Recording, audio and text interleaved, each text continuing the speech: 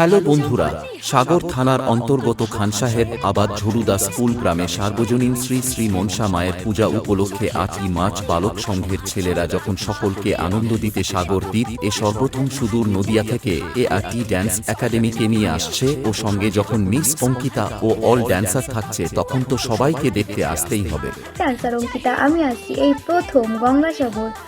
8ই March আপনাদের শহর আপনাদের এলাকা সাগর থানার অন্তর্গত খান সাহেব আবাদ ঝুড়ুদা স্কুল মনসা পূজা উপলক্ষে